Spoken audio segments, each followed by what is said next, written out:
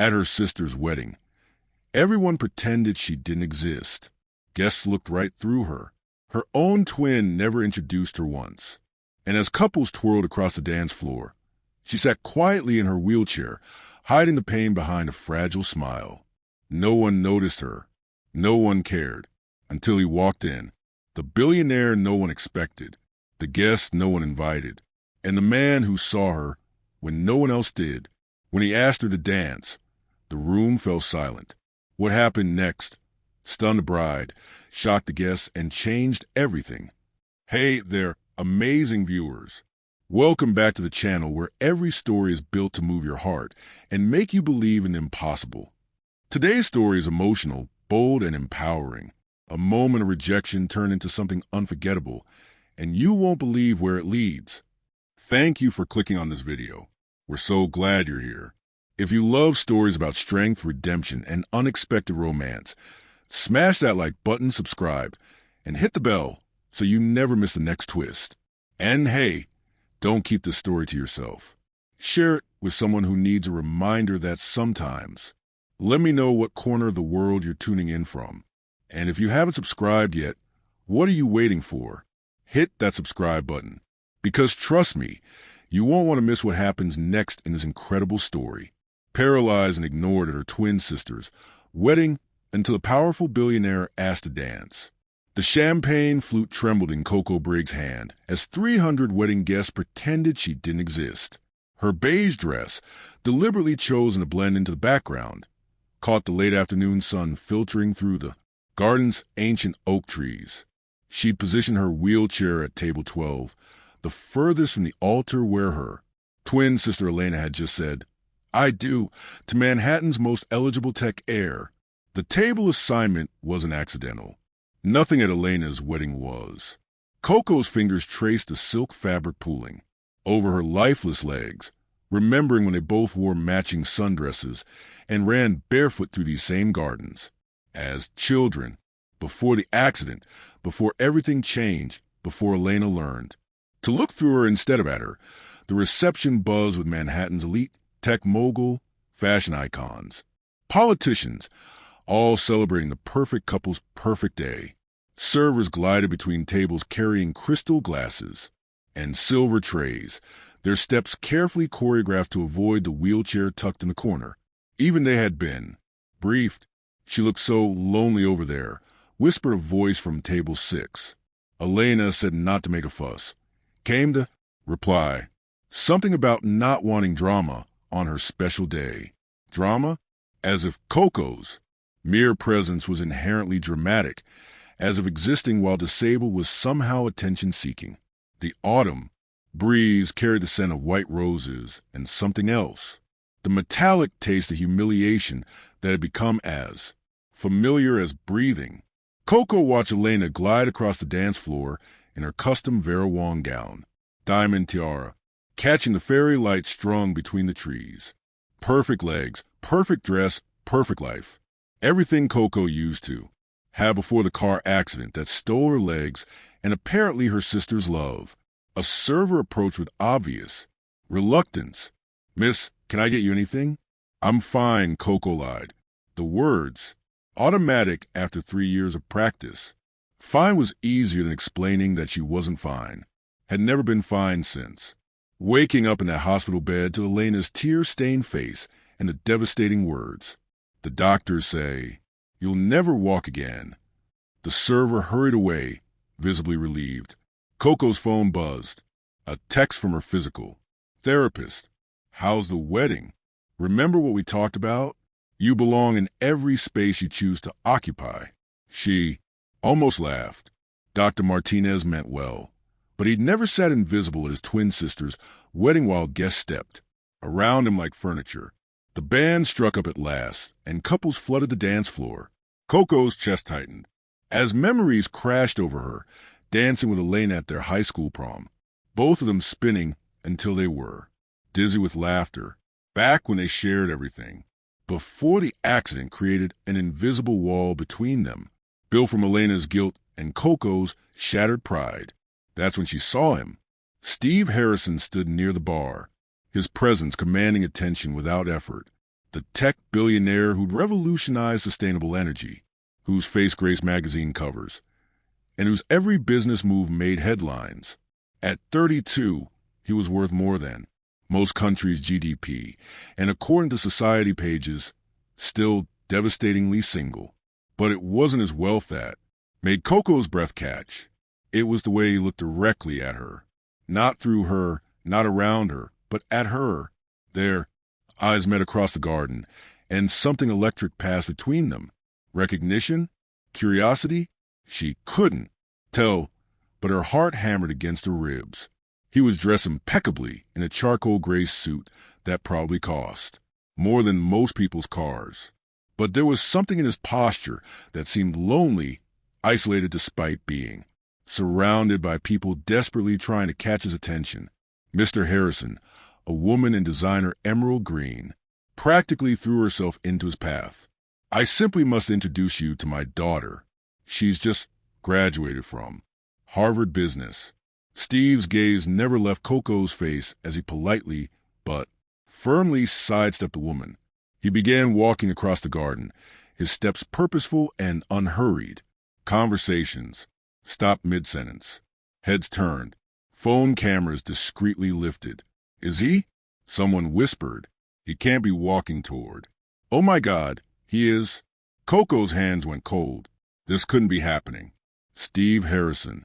The Steve Harrison couldn't possibly be walking toward table 12. Toward her. People like him. Didn't notice people like her. They looked through the broken ones, past the inconvenient truths that wheelchairs represented. But he kept walking, his intense gray eyes never wavering from hers. 20 feet 1510 Elena appeared, suddenly at Coco's side, breathless and panicked. Coco, what did you do? Why is he? I didn't do anything. Coco whispered, heart pounding so hard she was sure everyone could hear it. Steve. Harrison stopped beside her wheelchair. The garden fell silent except for the string quartet, who seemed oblivious to the social earthquake happening around them. He was even more striking up close, tall and lean with dark hair that caught silver threads in the fairy lights and those gray eyes that seemed to see straight through all her carefully constructed walls. He extended his hand toward her, a gesture so simple yet revolutionary it made her dizzy. Would you like to dance? 5 words. 5 simple words that detonated like a bomb across a reception. The gasps were audible. Phone cameras no longer bothered with discretion. Elena's face went white, then red, then white again. Coco's voice caught. 300 people stared at them, waiting to see what the paralyzed girl would do when offered something impossible. But Steve Harrison's eyes held something she hadn't seen in 3 years. Not pity, not awkwardness, not the careful politeness people used when they didn't know what to say to the girl in the wheelchair. Respect and something else that made her stomach flutter with dangerous hope. I don't know how, she whispered. His smile was gentle, transforming his austere features into something breathtaking. Then we'll figure out together. The world held its breath. Elena gripped the back of Coco's chair like she might physically prevent what was about to happen. The society photographers shifted positions for better angles. Manhattan's elite waited to witness either the most beautiful moment or the most spectacular disaster of the social season. But all Coco could see were those gray eyes, and all she could hear were those impossible words echoing in her mind. Would you like to dance? Her answer would change everything. Coco Briggs had learned to read people's faces in the 3 years since her accident. The microcon of shock when they noticed the wheelchair, the careful arrangement of features into polite neutrality, the way their eyes slid away, uncomfortable with her reality. But Steve Harrison's face told a different story entirely. Yes, she whispered, the word escaping before her rational mind could stop it. I'd like that very much. His smile was radiant, transforming the austere planes of his face into something that made her heart stutter. Without hesitation, he moved behind her wheelchair, his hands settling gently on the handles. May I? He asked softly, and she nodded, not trusting her voice. As he began to wheel her toward the dance floor, Elena's perfectly manicured fingers dug into Coco's shoulder. Coco, don't do this. People will stare. They'll talk. This is my wedding. Let them talk. Steve's voice cut through Elena's panic with quiet authority. He didn't raise his voice, didn't make a scene, but something in his tone made Elena's hand fall away as it burned. The crowd parted, like the Red Sea, as Steve guided Coco onto the dance floor. She could feel every eye in the garden boring into them, could practically hear the gossip mill grinding to life. But when Steve positioned her wheelchair and knelt beside it, taking her hand in a surprisingly warm grip, the world fell away. "I'm Steve," he said simply, as if she didn't already know exactly who he was. Coco, her voice sounded breathless, foreign to her own ears. Beautiful name for a beautiful woman. His thumb traced over her knuckles, sending electricity up her arm. "Tell me, Coco, what's your favorite song?" The unexpected question caught her off guard. What for our dance? What makes your heart sing? No one had asked her about her heart in years. "Either way you look tonight, Frank Sinatra." Steve's eyes lit up without taking his gaze from hers. He called out to the band leader, "Could you play something special for you? The way you look tonight." The opening notes filled the garden, soft and romantic and achingly familiar. Steve took both her hands in his movements gentle but confident as he began to sway to the music. "But I can't," Coco started. "You can," he said firmly. "Dancing isn't about your feet, Coco. It's about feeling the music, sharing a moment, connecting with another soul. Close your eyes." She obeyed, and suddenly she could feel it, the rhythm pulsing through her chest, the warmth of his hands anchoring her to something beautiful and real. Steve moved with her, his body swaying in perfect time with the music, turning her wheelchair in slow, graceful circles. "That's it," he murmured. "Feel the music. Let it move through you." For the first time in 3 years, Coco felt graceful, whole, beautiful. When she opened her eyes, she gasped. Other couples had joined them on the dance floor, not gawking, not pitying, but actually dancing, following their lead, making space for something magical. "How?" she whispered.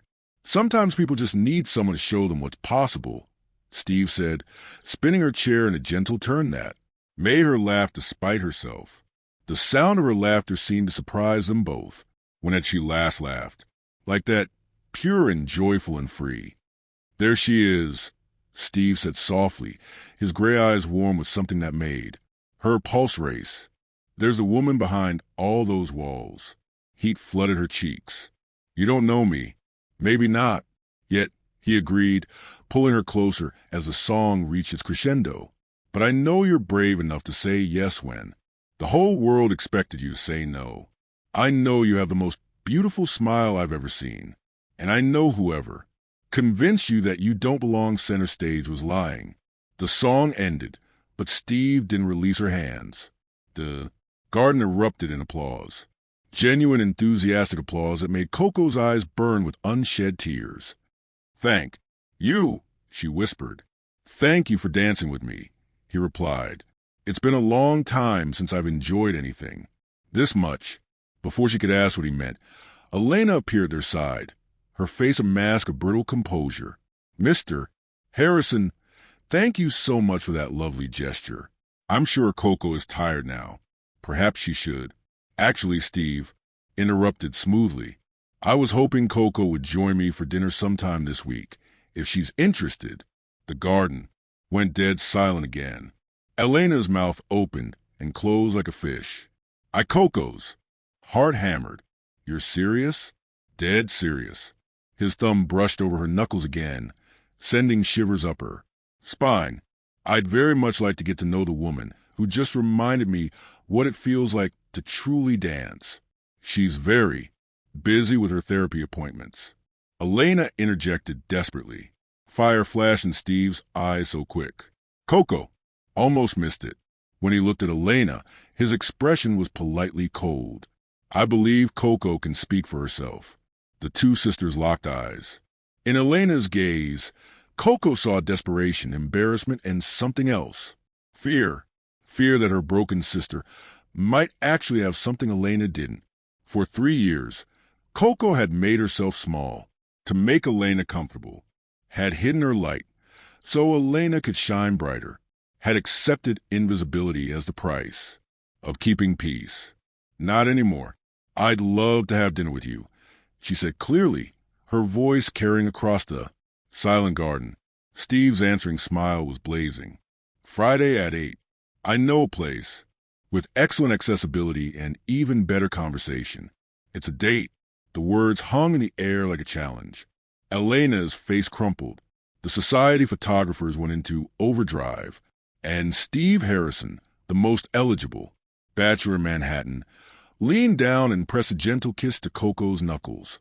Friday can't come soon. Enough, he murmured. As he walked away, the garden exploded into frenzied conversation, but Coco barely heard it. She was too busy staring at her hand, still tingling from his kiss and wondering how 5 simple words, "Would you like to dance?" had just rewritten her entire future. What she didn't know was that across the garden, Elena's new husband was pulling her aside with a thunderous expression, demanding to know why she'd lied about her sister's situation, or that a certain society columnist was already crafting tomorrow's headline.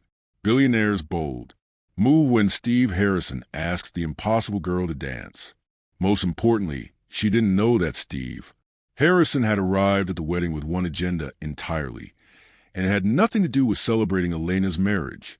But all of that would come later. For now, she just held on to memory of dancing again. By Wednesday, Coco's phone had been ringing nonstop. Coco Briggs speaking. She answered automatically, balancing herself between her ear and shoulder as she navigated her wheelchair through a small but efficiently designed apartment. "Miss Briggs, this is Janet Walsh from Society Today. We'd love to do a feature story about your inspiring dance with Steve Harrison."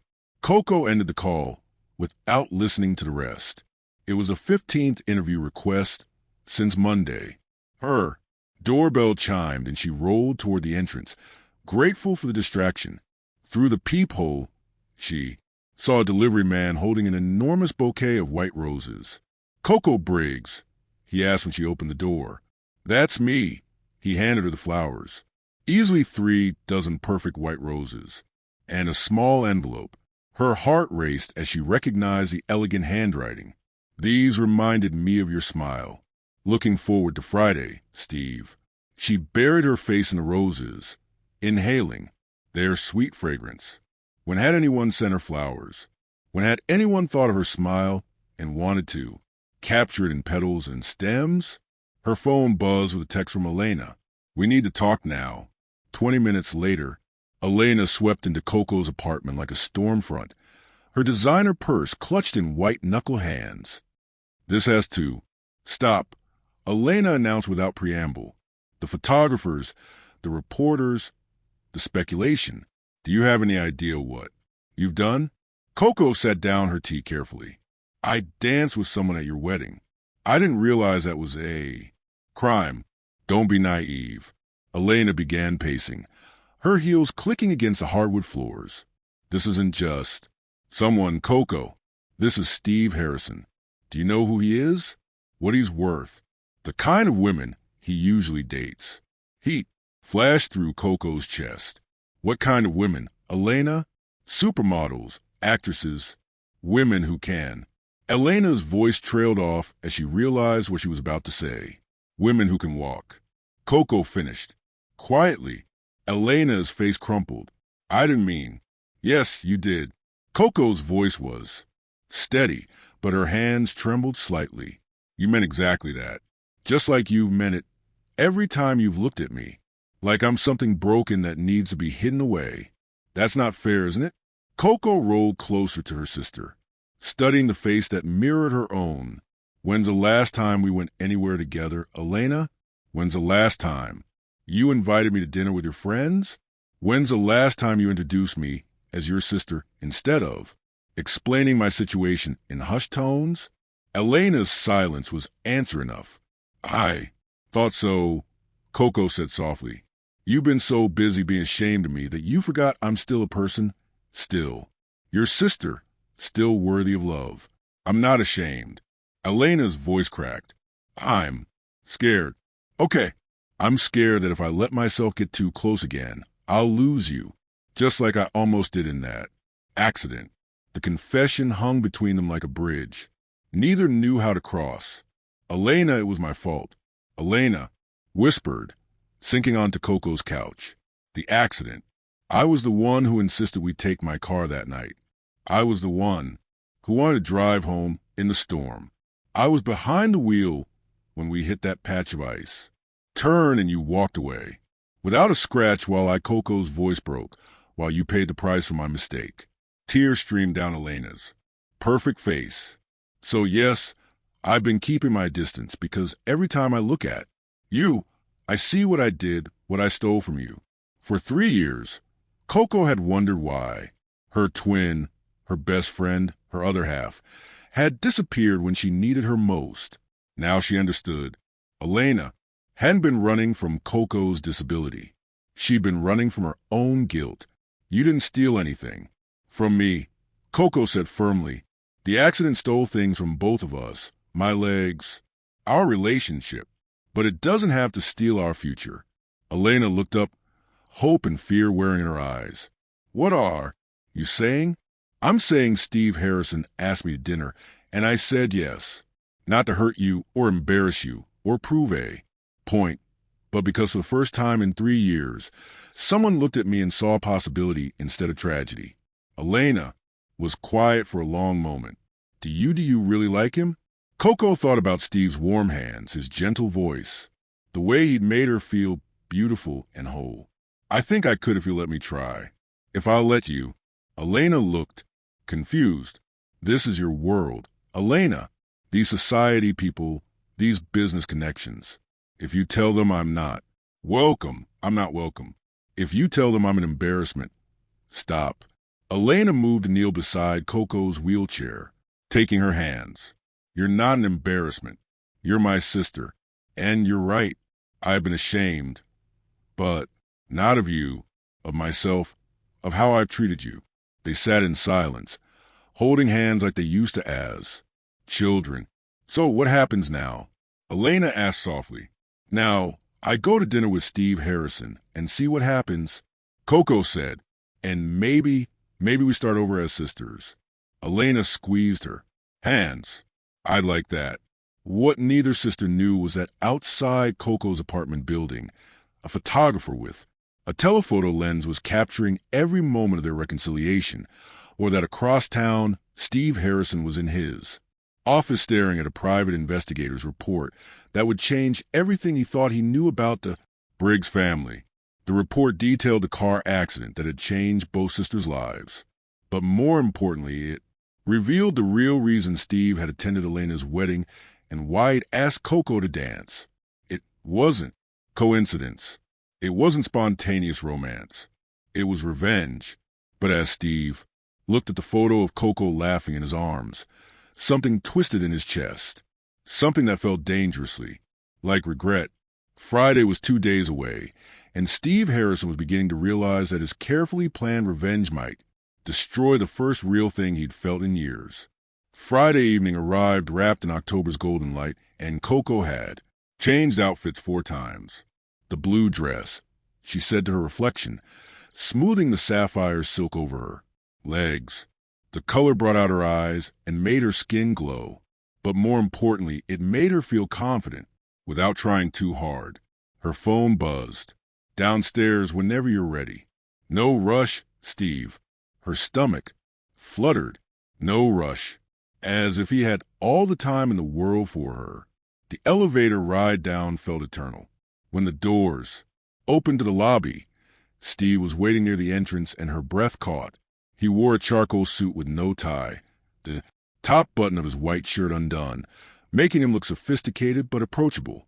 When he saw her, his face lit up with genuine pleasure. You look stunning, he said, moving toward her. Though I have to admit, you looked pretty incredible in beige, too. Heat flooded her cheeks. Thank you. You clean up pretty well yourself. He laughed, a rich sound that made her stomach flip. Shall we? The restaurant was a revelation, intimate and elegant, without being pretentious, with wide aisles and tables at perfect heights for wheelchair. Accessibility, every detail, had been considered without making it obvious. How did you find this place? Coco asked as they were seated at a corner table with a view of the city lights. I called ahead and asked what they could do. Steve said simply, turns out most places are happy to accommodate when you give them the chance. Most people wouldn't have. Thought call ahead. Most people would pick their usual spot and hope for the best. The consideration behind. His choice made her chest warm. So Steve said once they'd ordered wine, tell me about Coco Briggs. What makes you happy? It was such a simple question, but no one had asked it in years. I used to be a photographer, she said slowly. Before the accident, I specialize in dance photography, capturing movement, emotion. The story a body tells emotion. Used to be. His eyebrows rose. What happened to the camera? Hard to position shots from a wheelchair, she said with practiced casualness. Most of my work required mobility, flexibility, getting into tight spaces. So, you gave up photography entirely? The question stung because the answer was yes, and she'd never examined why. It seemed impractical. Or maybe it seemed scary. Steve suggested gently, relearning something you loved in a new way. His insight cut too close to the bone. What? About you? She deflected. What makes Steve Harrison happy besides building business empires? He was quiet for a moment, swirling his wine. Honestly, I'm still figuring that out. That's cryptic. My life has been very structured, he said carefully. School, work, success, repeat. I haven't left much room for happiness, just achievement. That sounds lonely. It is. His gray eyes met hers, which is why dancing with you is so unexpected. I haven't felt that free in years. The waiter brought their appetizers, but Coco barely noticed the food. She was too caught up in the way. Steve leaned forward when she spoke. How he listened with his whole attention, the way his eyes crinkled when she made him laugh. Can I ask you something? Steve said as they shared a chocolate. Dessert that was too beautiful to eat. Shoot, why did you say yes when I asked you to dance? Coco considered the question seriously. Because you were the first person in 3 years who didn't look at me like I was broken. You saw me. And now, what do you see when you look at me? The question was loaded with something she couldn't quite identify. Vulnerability. Fear. I see someone who's been successful at everything except being happy. Someone who's lonely in a room full of people. Someone who's kind. Enough to make sure a restaurant is accessible before bringing a woman in a wheelchair. Steve's expression grew. Complicated. What if I told you I'm not as kind as you think? I'd say everyone has darkness in them. The question is what you choose to do with it. He set down his fork, his jaw tight. Coco, there's something I need to tell you about why I came to Elena's wedding. Steve, a woman's voice interrupted, sharp with excitement. Steve Harrison. They both looked up to see a stunning brunette in a designer dress approaching. Their table, phone already in hand. Miranda Voss, Manhattan Elite magazine. The woman said, her eyes gleaming. Could I get a quick photo? Our readers would love to see you with your companion. The way she said companion made Coco's skin crawl. We're having a private dinner, Steve said firmly. Not interested. Just one shot, Miranda pressed. Already? Positioning her phone. The story about your wheelchair-bound girlfriend is so inspiring. Don't. Steve's voice went cold. Dangerous. Don't reduce her to a headline. But Miranda was already snapping photos. The billionaire and the disabled girl. It's like a modern fairy tale. Humiliation burned through Coco's chest. This was exactly what Elena had warned her about. The stares, the speculation, the reduction of her entire being to a tragedy narrative. Stop, Coco said quietly. Miranda kept shooting. Just a few more. I said stop. Coco's voice cracked like a whip across the restaurant. The sudden authority in her tone made Miranda lower her phone, but the damage was done. Other diners were staring now, phones appearing at nearby tables. "We should go," Coco said, reaching for her purse. "No." Steve's hand covered hers. "We shouldn't have to leave because someone else was rude. People are staring. Let them stare." His grip tightened. "You have every right to be here, Coco. Don't let anyone make you feel otherwise." But the moment was broken. The intimate bubble they'd created had been punctured by reality.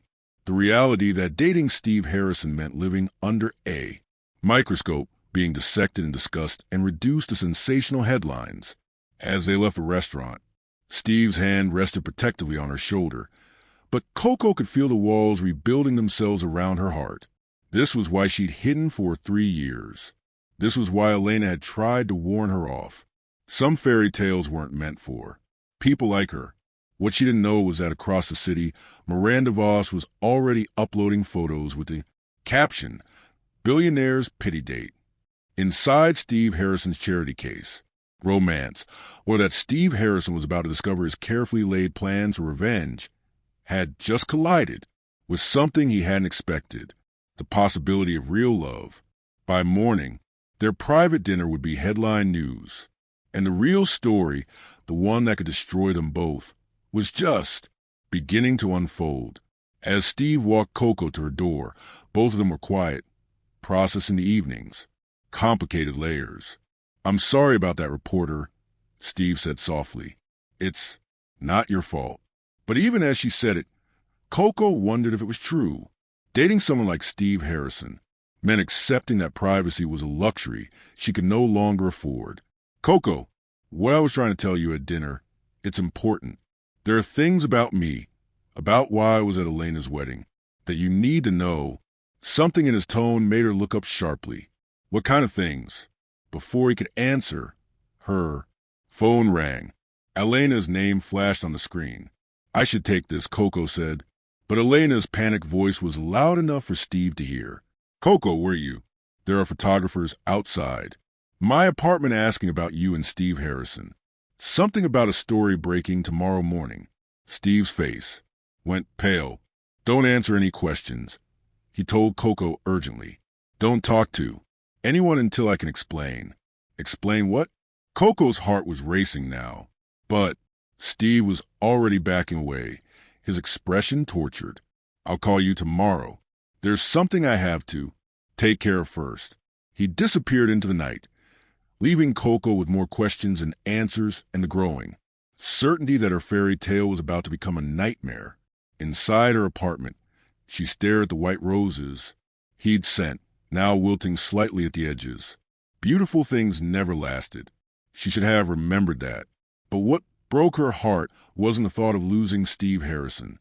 It was the realization that she'd started to hope again.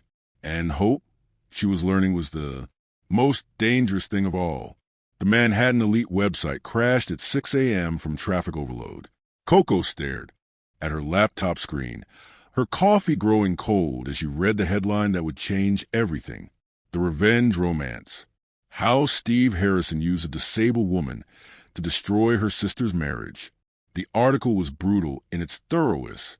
Photos of their dinner date accompanied by a detailed expose revealing that Steve Harrison's Sustainable Energy company had been locked in a bitter lawsuit with Elena's new husband's tech firm for 2 years. The lawsuit that had cost Steve nearly $50 million, and according to the article, his relationship with supermodel Cassandra Vale. Sources close to Harrison revealed that his appearance at the Brigson wedding was no coincidence. The billionaire had been planning his revenge for months, intending to seduce and publicly humiliate Elena Briggs as payback for her husband's corporate sabotage.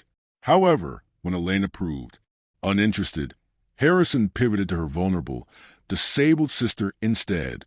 Coco's hand shook as she scrolled through the photos. Steve asking her to dance, her laughing in his arms, their intimate dinner conversation. Every moment that had felt magical now looked calculated, manipulative, cruel.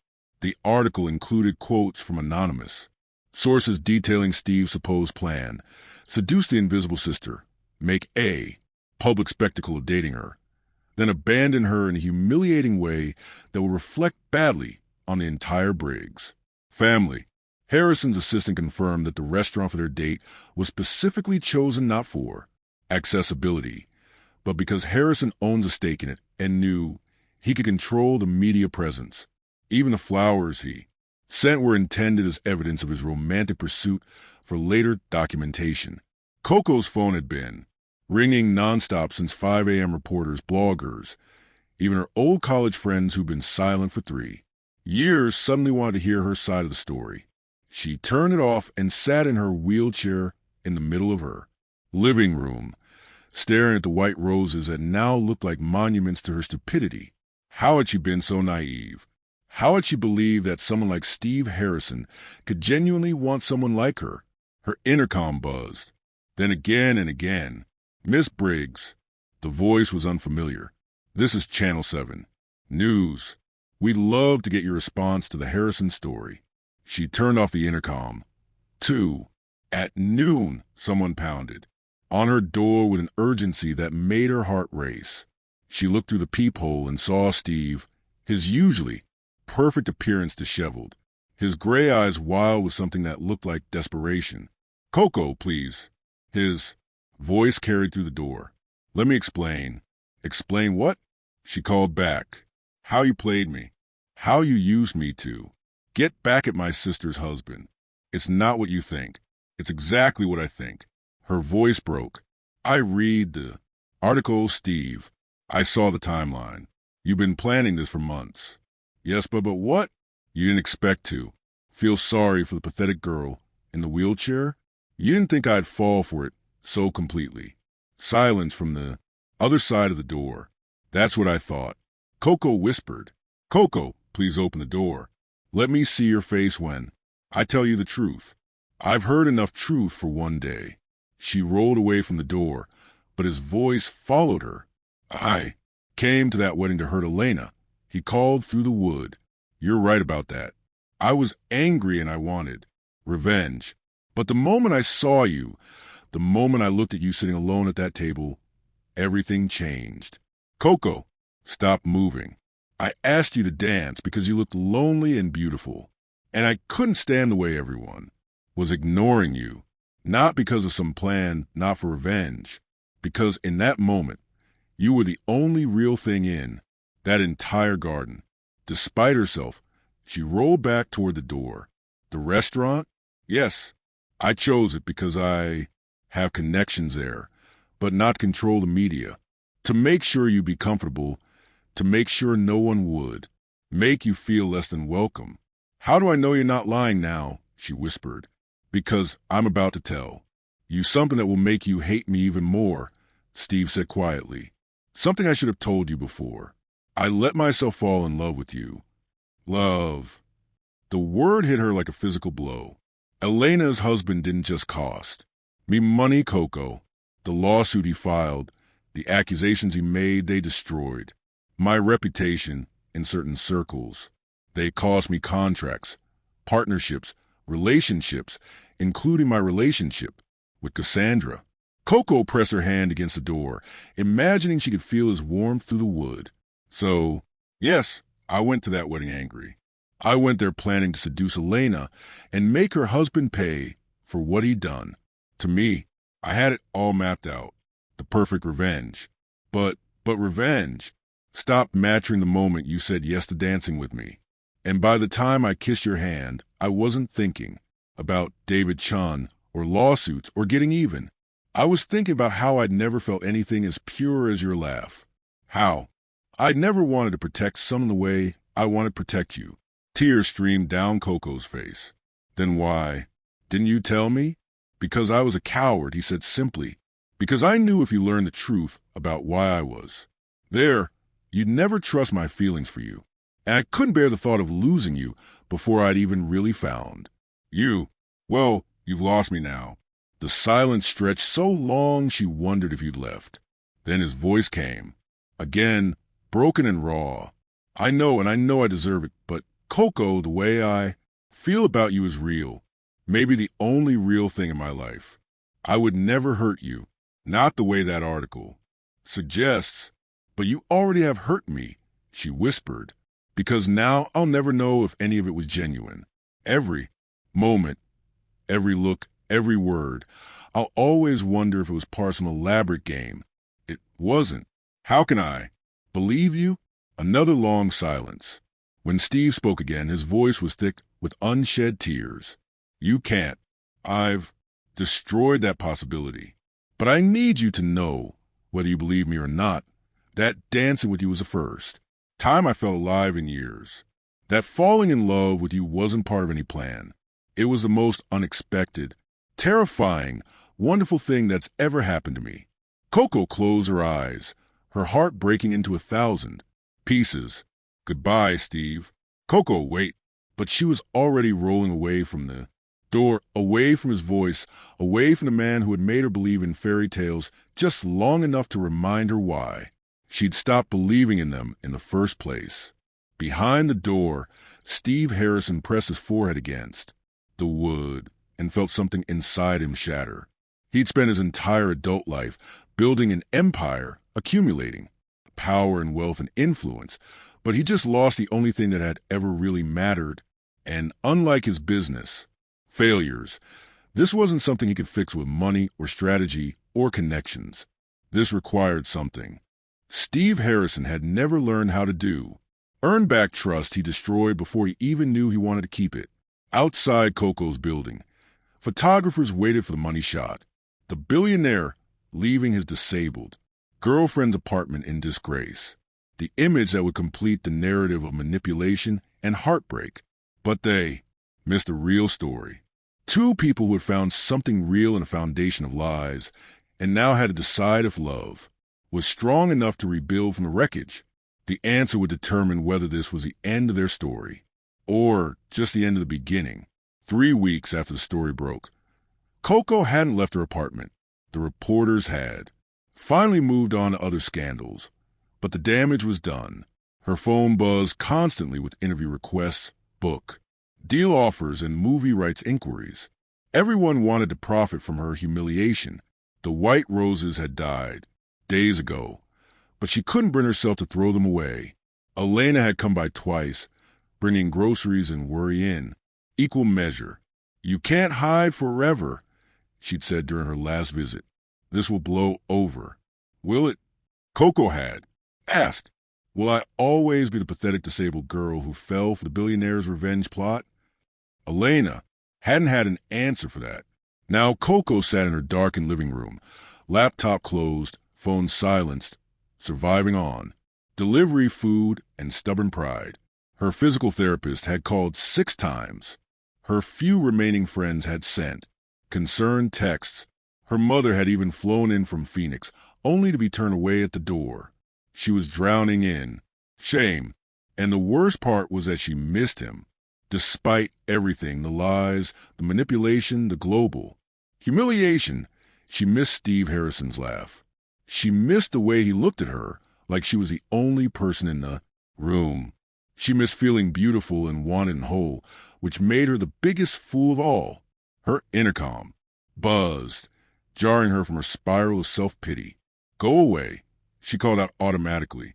Coco, it's Dr. Martinez, her physical therapist. She'd missed 3 appointments. Reluctantly, she buzzed him up. Dr. Martinez was a non-nonsense man in his 50s who'd been working with disabled patients for 20 years. He took one look at her. Apartment, curtains drawn, takeout containers everywhere. The smell of depression thick in the air, and shook his head. How long since you've been outside? He asked. What day is it? Tuesday, October 29th. She'd lost track. A Coco. He sat down across from her, his expression serious. I've seen a lot of people go through trauma, the accident, the adjustment period, the setbacks, but I've never seen you give up like this. I'm not giving up. I'm processing. You're hiding. The blunt assessment stung. When you, the entire world thinks I'm a pathetic charity case who fell for an obvious con. Do you care what the entire world thinks? Of course I care. Why? The simple question caught her off guard, Because before the accident, you lived your life trying to please everyone else. And after the accident, you lived your life trying not to burden anyone else. But you've never lived your life for yourself. His words hit like a slap. That's not true, isn't it? You gave up photography because it seemed impractical. Not because you'd lost the passion. You isolated yourself because it was easier than fighting for your place in the world. You turned down job, offers, social invitations, opportunities, not because you weren't interested, but because you were afraid of being seen as the disabled one. I was protecting myself. You were disappearing. Dr. Martinez leaned forward. And now you're letting Steve Harrison complete a job you started 3 years ago, erasing Coco Briggs from the world. Tears burned her eyes. He used me. Maybe a complicated man with bad intentions fell in love despite himself and handled it badly. You didn't read the article. You don't know. I know. You, Dr. Martinez interrupted. I know you're one of the strongest people I've ever met. I know you survived an accident that would have broken most people. I know you learned to rebuild your entire life from scratch. And I know the woman who did all that isn't going to let a tabloid story be the thing that defeats her. I don't know how to come back from this, she whispered, the same way you came back from everything else. One day at a time, one choice at a time, one moment of courage at a time. He stood up, headed for the door, then paused. There's a photography exhibition opening next week at the Morrison Gallery. Emerging artists' new perspectives. You should submit something. I don't have anything recent. Then create something. Show the world who Coco Briggs really is, not who they think she should be. After he left, Coco sat in the silence for a long time. Then, for the first time in weeks, she opened her laptop. Her photography portfolio stared back at her. Images from before the accident, full of movement and life and possibilities she convinced herself were lost forever. But as she scrolled through them, she didn't see what she'd lost. She saw what she'd loved. The way light caught a dancer's extended arm. The emotion captured in a single frozen moment. The stories told without words. Dr. Martinez was right. She'd been disappearing long before Steve Harrison entered her life. The accident had taken her legs, but she'd given away everything else piece by piece, choice by careful choice. Her phone buzzed with a text from an unknown number. Miss Briggs, this is James Walsh from Harrison Industries. Mr. Harrison has asked me to inform you that the Morrison Gallery Photography Exhibition has an opening. He's arranged for a guaranteed spot. If you're interested, no strings attached. He simply believes your work deserves to be seen. Coco stared at the message, her heart pounding. Even now, even after everything, Steve was trying to help her. The gesture was either incredibly generous or incredibly manipulative, and she had no way of knowing which. But did it matter? Dr. Martinez's words echoed in her mind. Show the world who Coco Briggs really is. For the first time in 3 weeks, she rolled her window and opened the curtains. Sunlight flooded her apartment, making her squint after so much darkness. She had 6 days to create something worthy of exhibition. 6 days to decide whether she was going to let the world's opinion of her define her future or whether she was going to reclaim her own narrative. Outside her window, the city hummed with life. People walking, working, loving, failing, trying again. The world hadn't stopped because her heart was broken. And maybe it was time she stopped pretending it should. But just as she was reaching for her camera bag for the first time in 3 years, her phone rang. Elena's name flashed on the screen. Coco, thank God you answered. Elena's voice was frantic. I've been trying to reach you for hours. We have a problem. A big one. What kind of problem? David's been arrested. Coco's blood went cold. Elena's husband arrested for what? Corporate espionage. Industrial sabotage. The FBI raided our apartment this morning. Coco, they're saying he stole trade secrets from multiple companies, including Steve's. Coco finished quietly. Yes, And Coco, they're saying Steve wasn't the villain in this story. David was a lawsuit, the accusations, everything David told me about Steve's company. It was all lies to cover up his own crimes. The room spun around Coco. If David had been lying about Steve's company, if Steve had been the victim of corporate sabotage rather than the perpetrator. There's more, Elena continued, her voice breaking. The FBI found evidence that David hired someone to leak that story about you and Steve to the press. He wanted to destroy Steve's reputation completely, and using you as just collateral damage. Coco felt like she'd been punched in the chest. He used our relationship to hurt Steve and to hurt you, to make sure you'd never trust Steve again, never give him a chance to explain his side of the story. The phone slipped from Coco's numb fingers. Everything she believed about Steve's motivations, about his intentions, about the nature of their relationship, it had all been filtered through David's lies. Steve had come to the wedding angry. Yes, he'd planned revenge, yes, but the corporate crimes he'd been angry about were real. The betrayal he'd experienced was genuine, and his feeling for her. "Oh, God," she whispered. She'd sent away the first man in 3 years who'd made her feel beautiful, who'd seen her as more than her disability, who'd fallen in love with her despite his own plans, all because she believed the narrative crafted by the real villain of the story. Her phone was ringing again. Elena probably, or maybe reporters who'd gotten wind of David's arrest and wanted a reaction to this new twist in her. Already public humiliation. But when she looked at the screen, her heart stopped. Steve, for the first time in 3 weeks. Steve Harrison was calling her, and Coco had no idea whether answering would save them both or destroy what little was left of her heart. The phone rang once more before going to voicemail. In the silence that followed, Coco realized she was about to make the most important decision of her life. She could continue hiding, let this opportunity pass, and spend the rest of her days wondering what might have been, or she could be brave enough to pick up the phone the next time it rang. The choice was hers. But first, she had a photography exhibition to prepare for, because win or lose, succeed or fail, she was done disappearing. Coco Briggs was ready to be seen.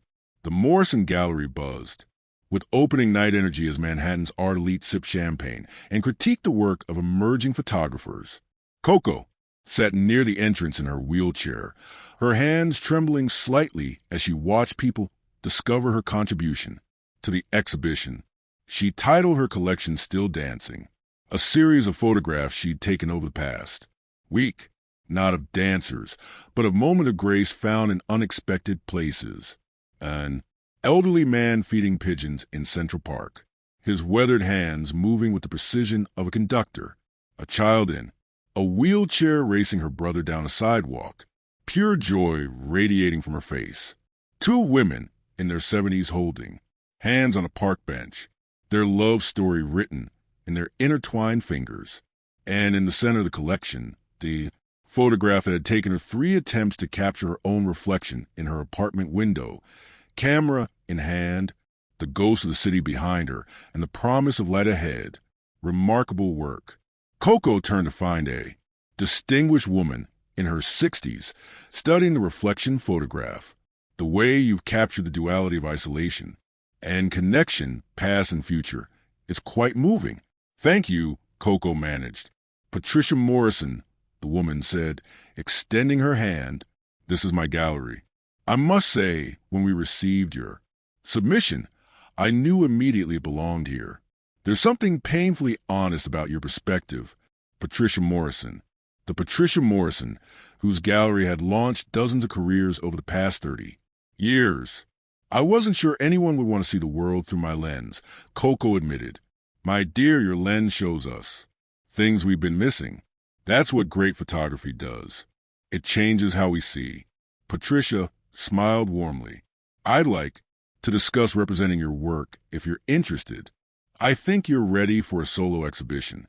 Before Coco could respond, a commotion near the gallery entrance drew their attention. People were turning, whispering, phones, appearing like magic. Steve Harrison had just walked in. Coco's breath caught. He looked thinner than she remembered, his usual perfect composure slightly frayed around the edges. He wore a simple black suit, no tie, and his gray eyes scanned the room with nervous energy. Their gazes met across the crowded gallery, and the world stopped. He didn't approach immediately. Instead, he moved through her exhibition slowly, studying each photograph with the intense attention he'd once given to her face. Coco watched him discover her work, saw his expression shift from surprise to something that looked like wonder. When he reached the reflection photograph, he stood motionless for a long time. He's been calling the gallery every day for a week. Patricia said quietly beside her, asking if you'd submitted anything. If you were planning to attend tonight, I told him it wasn't my business to share, but he kept calling anyway. Why are you telling me this? Because a man who calls 7 times a day to find out if the woman he loves is ready to show her art again is a man who understands something important about the creative soul. Patricia squeezed Coco's shoulder and melted back into the crowd, leaving her alone as Steve finally crossed the room. Toward her, "Your work is extraordinary," he said when he reached her. His voice was rough, uncertain.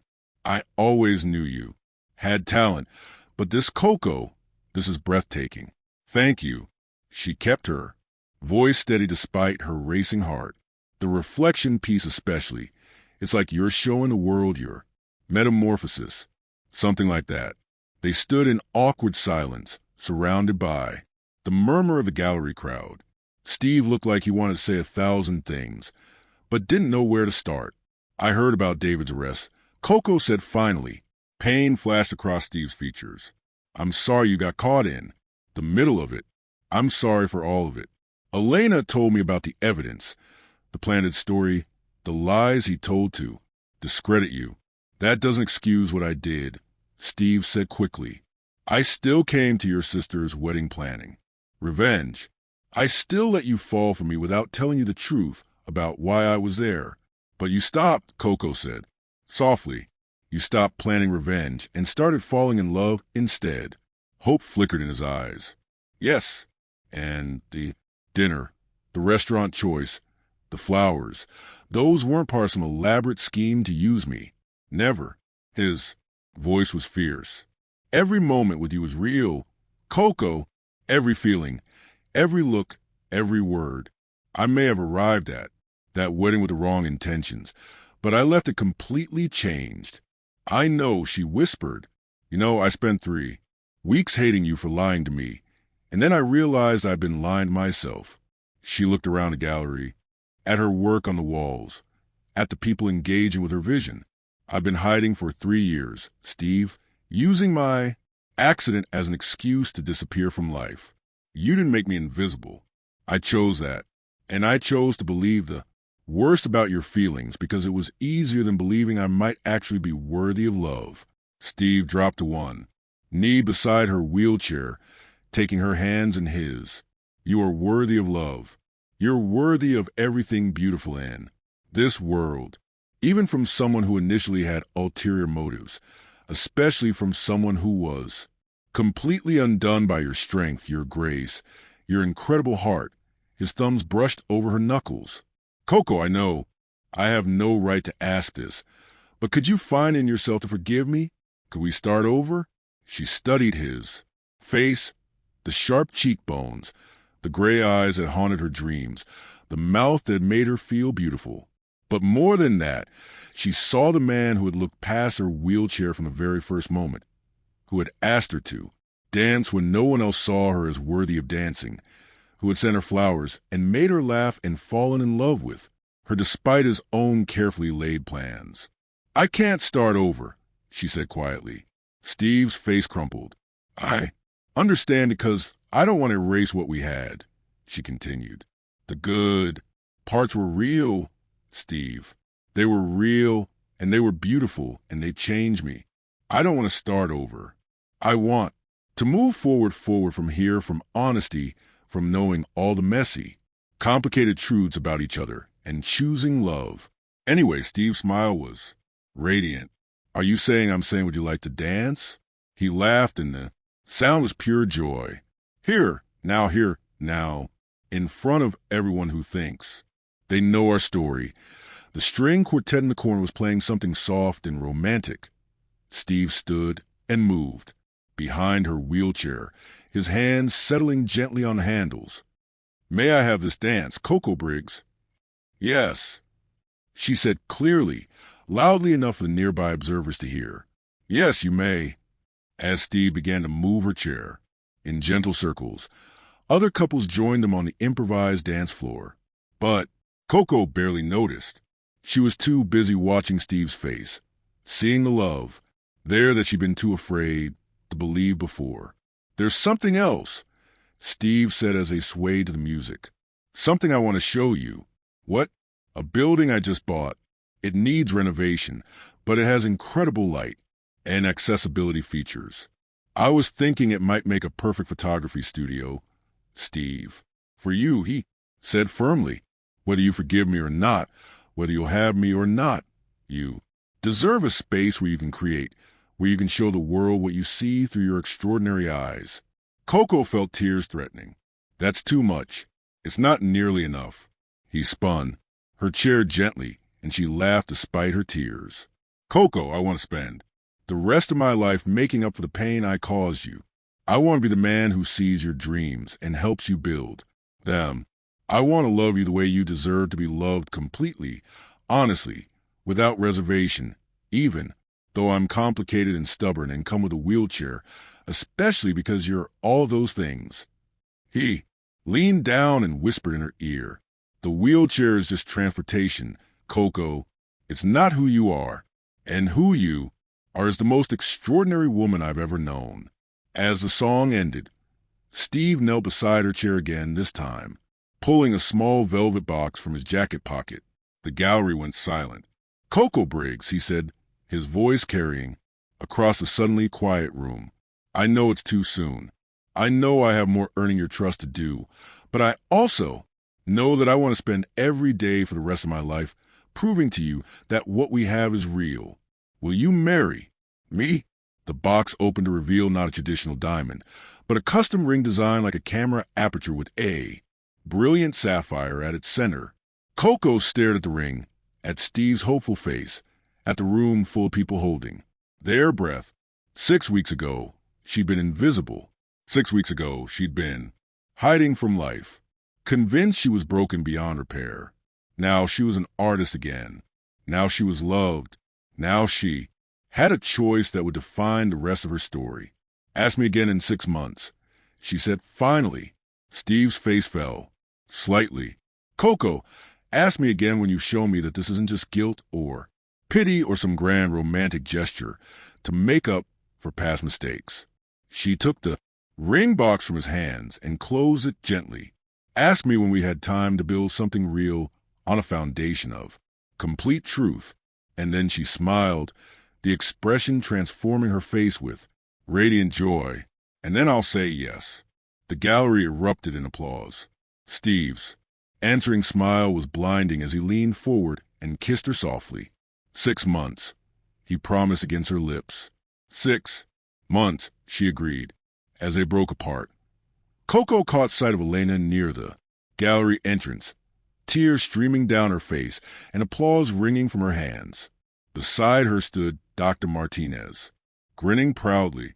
For the first time in 3 years, Coco felt like she was exactly where she belonged, visible, valued, and ready for whatever came next.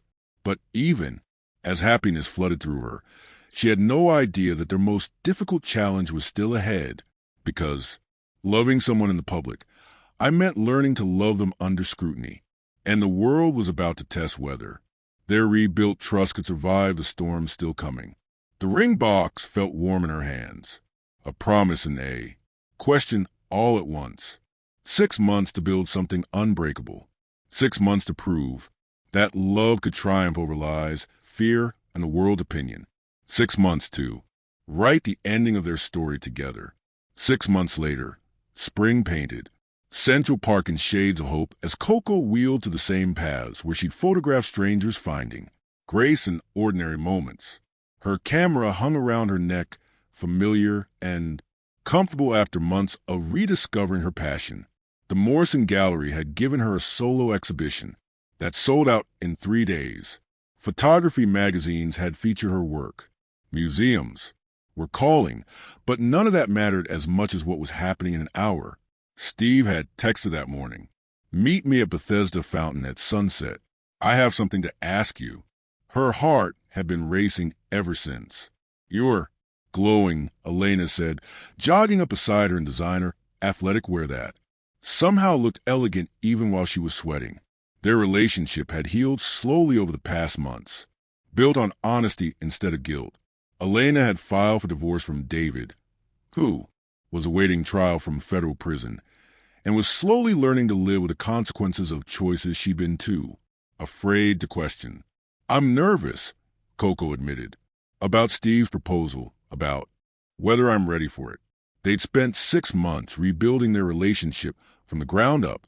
Steve had been patient, consistent, showing up for every gallery opening, every doctor's appointment, every ordinary Tuesday night when Coco just wanted to order Chinese food and watch old movies. He'd proven his love not through grand gestures, but through daily choices. "What does your heart tell you?" Elena asked. Before Coco could answer, her phone buzzed with a call from an unknown number. "Miss Briggs, this is Margaret. Chin, David's mother." Coco's blood went cold. "Mrs. Chun, please let me speak." The older woman's voice was strained. "I know what my son did to you, to Mr. Harrison, to everyone. I know you have no reason to listen to me, but I need you to know that I'm ashamed of David's choices. And I need to warn you." "Warn me? About what?"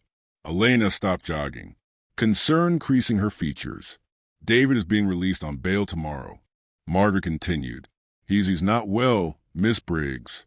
The trial, the shame, the loss of everything he thought mattered. It's broken something in him. He's been talking about how you and Mr. Harrison ruined his life, how he's going to make you pay." Ice filled Coco's veins. "Are you saying he's threatened us?" "I'm saying my son is not thinking clearly, and he blames you both for everything that's gone wrong. Please be careful. Please tell Mr. Harrison to be careful."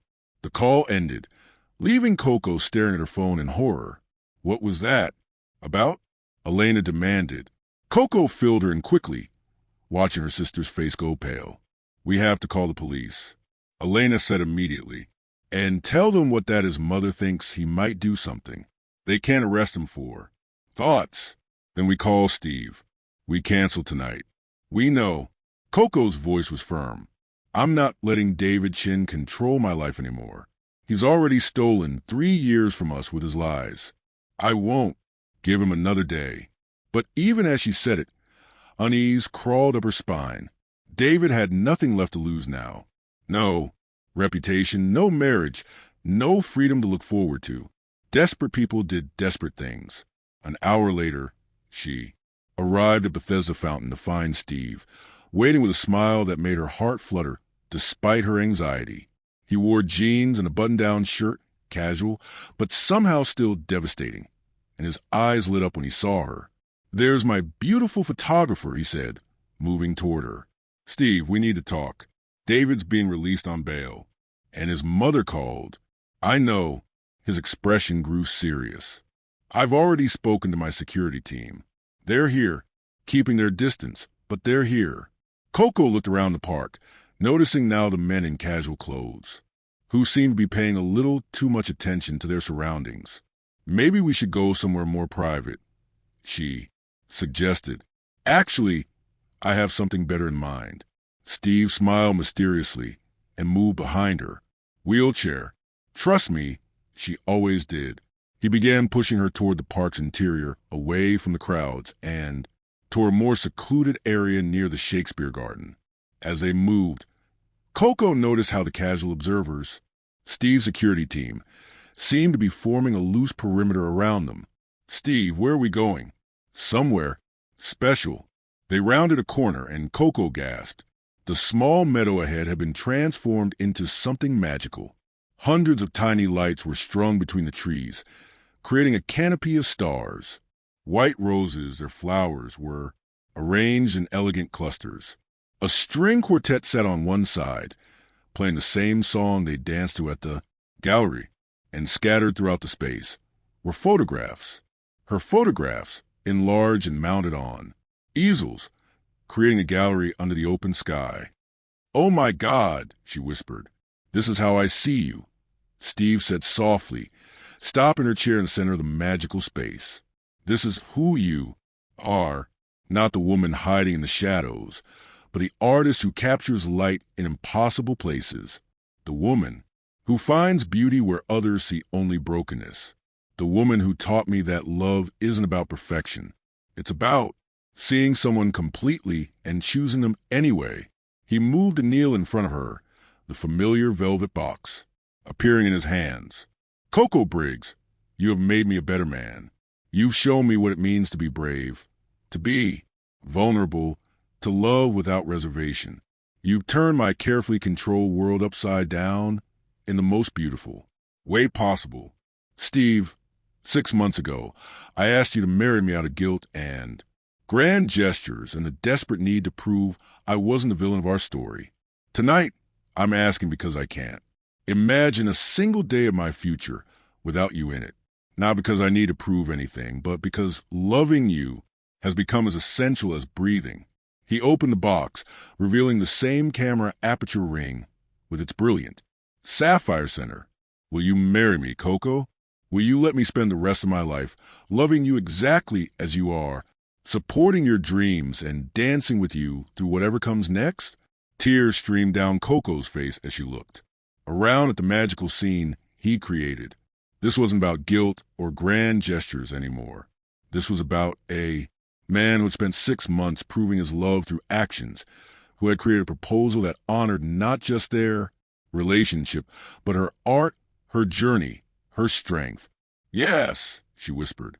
"Yes, yes," she said louder, laughing through her tears as he slipped the ring onto her finger. "Yes, Steve Harrison, I will marry you." He surged forward to kiss her, and she met him halfway, pouring 6 months of rebuilt trust and growing love into that connection. The string quartet swelled into a triumphant melody. Steve's security team applauded from their discreet positions. And somewhere in the distance, a photographer, one of the good ones, hired by Steve to capture this moment from Malone, documented the pure joy on both their faces. "There's one more. Surprise," Steve said against her lips. "More? I don't think my heart can take more." He laughed and moved behind her wheelchair, beginning to spin her in gentle circles as the music played. "Dance with me, fiancé. Always," she said, her heart soaring as they moved together under the canopy of lights. But their perfect moment was shattered by the sound of someone slow clapping from the edge of clearing. David Chun stepped out of the shadows, his once handsome face twisted with rage and something that looked like madness. He was thinner than Coco remembered, his expensive clothes wrinkled, his eyes wild with the desperation of a man who had lost everything. "How touching," he said, his voice dripping with venom. The corporate raider celebrating their victory over my life." Steve's body went rigid behind her, around the clearing. His security team began moving, but David raised his hand, revealing something that made Coco's blood freeze. "A gun, David, don't," she said, her voice steady despite her terror. "This won't fix anything." "Fix?" David laughed bitterly. "Nothing can fix what you two have done to me. My wife left me. My company is ruined. I'm facing 20 years in prison. All because you couldn't stay in your wheelchair where you belonged. And he couldn't let go of a business dispute like a grown man. You did this to yourself," Steve said quietly, his hands protective on Coco's shoulders. "Your choices, your crimes? My crimes?" David's voice rose to a shriek. "You want to talk about crimes? How about the crime of making me watch my wife's sister parade around like she's something special when everyone knows she's just a broken doll you're playing with?" White-hot rage flooded through Coco. "I am not broken." David's laugh was harsh. "Look at yourself. You're half a person sitting in that chair, pretending you're whole. You're nothing but a pity project for a guilty billionaire. You're wrong." Coco's voice carried across the clearing with quiet. Strength. I was lost for a while. David. I was hiding and small and afraid. But I was never broken. I was just waiting to remember who I really am. She looked up at Steve, whose eyes blazed with pride and love. I'm a photographer who sees beauty in unexpected places. I'm a woman who learned to dance again in a wheelchair. I'm someone who rebuilt herself from the ground up and chose love over fear. I'm not a pity project. I'm a masterpiece in progress. Shut up. David waved the gun wildly. You think you're inspiring? You think this is some kind of fairy tale? You're pathetic. Both of you. The only pathetic one here is you. Elena's voice rang out from behind David.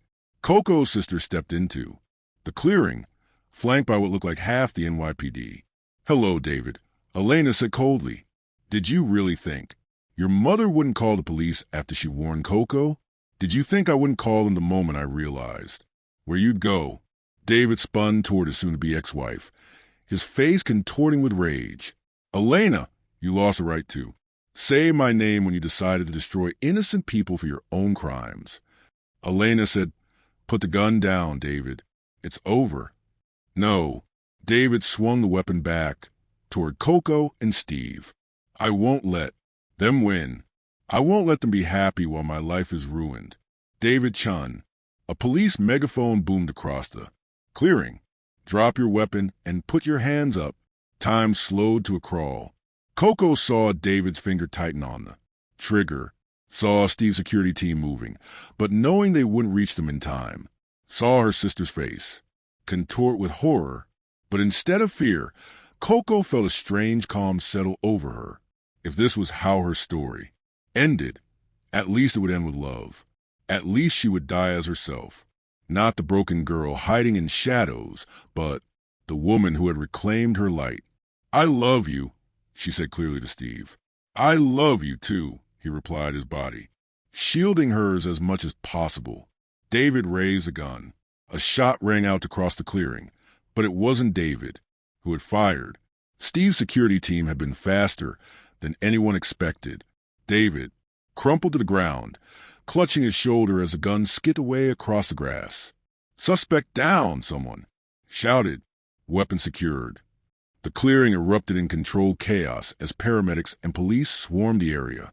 David was loaded onto a stretcher, still conscious, but no longer a threat. Elena was giving a statement to detectives. Steve's security team was handling crowd control. And in the center of it all, Coco and Steve held each other, shaking with adrenaline and relief. Are you hurt?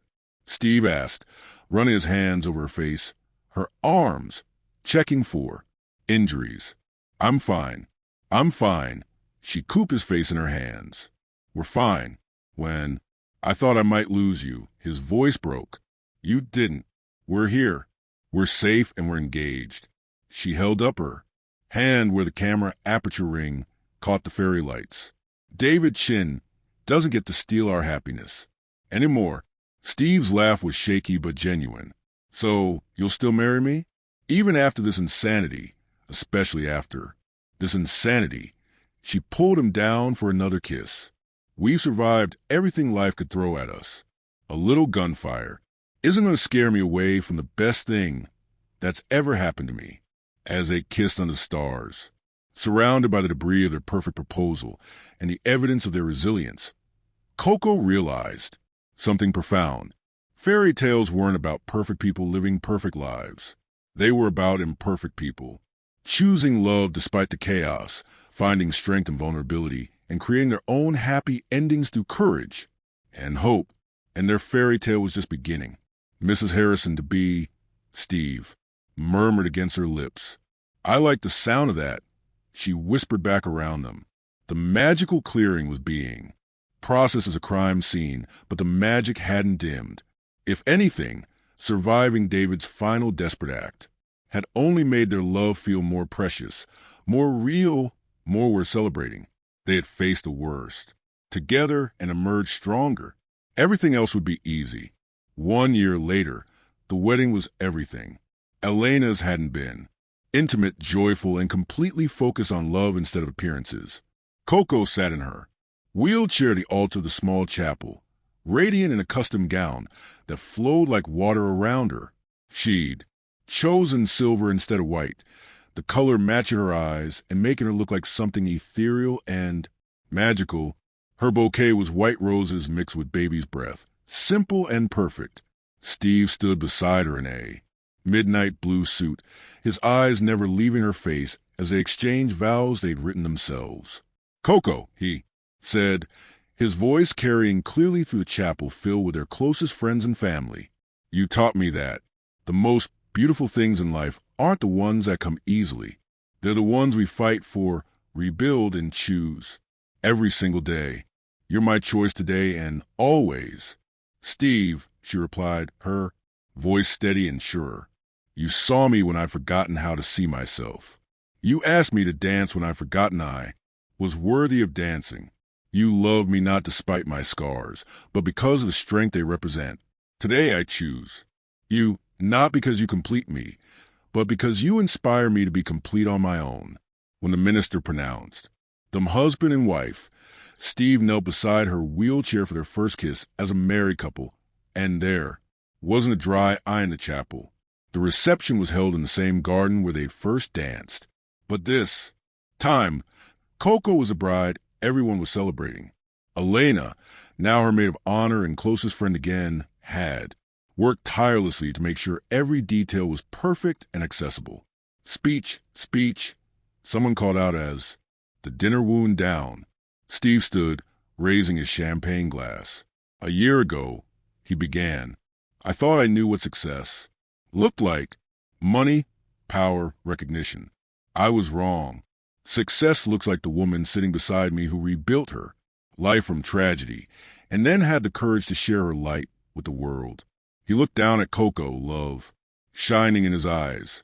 "My wife is a celebrated photographer whose work hangs in museums. She's an advocate for accessibility who's changed how galleries think about inclusion. She's a woman who faces each day with grace and strength that humbles me. But most importantly, she's a person who taught me that love isn't about finding someone perfect. It's about finding someone who makes your imperfections feel like superpowers." The applause was thunderous. When it died down, Coco raised her own glass. "Before I met Steve," she said, her voice carrying across the garden, "I thought my story was over. I thought the accident had written my ending. Alone, small, invisible. But that wasn't my ending. It was just the end of my beginning." She looked around at the faces of everyone she loved. Elena, Dr. Martinez, Patricia, Morrison, friends old and new, all gathered to celebrate not just her marriage, but her transformation. "Steve didn't save me," she continued. "I saved myself, but he loved me while I was figuring out how.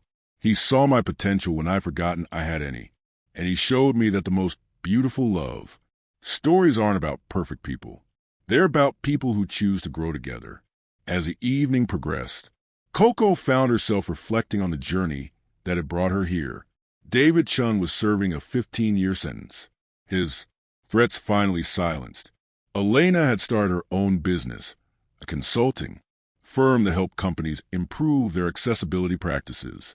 Dr. Martinez had become like a father to her, walking her down the aisle early that afternoon, and Coco herself, her photography studio was booked solid.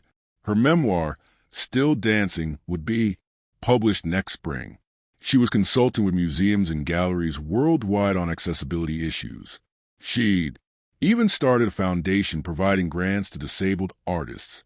But none of those accomplishments mattered as much as the simple fact that she was happy, genuinely, completely, unapologetically happy. "Ready for our first dance as husband and wife?" Steve asked, appearing beside her as the band struck up. "The way you look tonight. Always ready to dance with you," she replied, as he spun her wheelchair in gentle circles under the same fairy lights where he proposed. Coco caught sight of their wedding photographer, a young woman in a wheelchair herself, who'd specifically sought out the commission after reading about Coco's story. The next generation, inspired to pursue their dreams because someone had shown them it was possible. "What are you thinking about?" Steve asked, noticing her faraway expression. Coco smiled, her eyes misty as they followed the gentle swirl of lights above them. I'm thinking about how lucky I am, not just because I married a man I love, but because I found myself again. Steve brushed a stray curl from her cheek, his expression tender. You were never lost. You just needed space to shine. I thought my life ended the day I lost the ability to walk, she whispered. But the truth is that was just the beginning of my real story, of choosing to live fully, to love deeply, and to believe again. They danced in silence for a moment, surrounded by family, friends, and the quiet magic of new beginnings. You know, Steve said softly, I never believed in fate until the moment I saw you sitting at that table, watching the world from the shadows. I knew in that instant I wasn't just there for revenge. I was there to meet you. Coco laughed, light and free. And I thought you were just another billionaire looking for attention. Well, he teased, spinning her once more. I did get your attention, and now I get to keep it forever. They kissed as the music swelled, the lights sparkling, above them like stars written just for their story. As the camera panned out, capturing the joyous crowd, the garden, twinkling with light, and the couple spinning in perfect harmony, a voiceover came in. Thank you so much for watching this unforgettable journey. If this story moved you, inspired you, or made you believe in love all over again, please support us by subscribing to the channel. Share this video with someone who needs a reminder that no matter how broken life feels, there's always a second chance, a new beginning, and someone who sees your worth. Until next time, stay hopeful, stay kind, and never stop dancing. Subscribe, like, share. You never know who needs this story.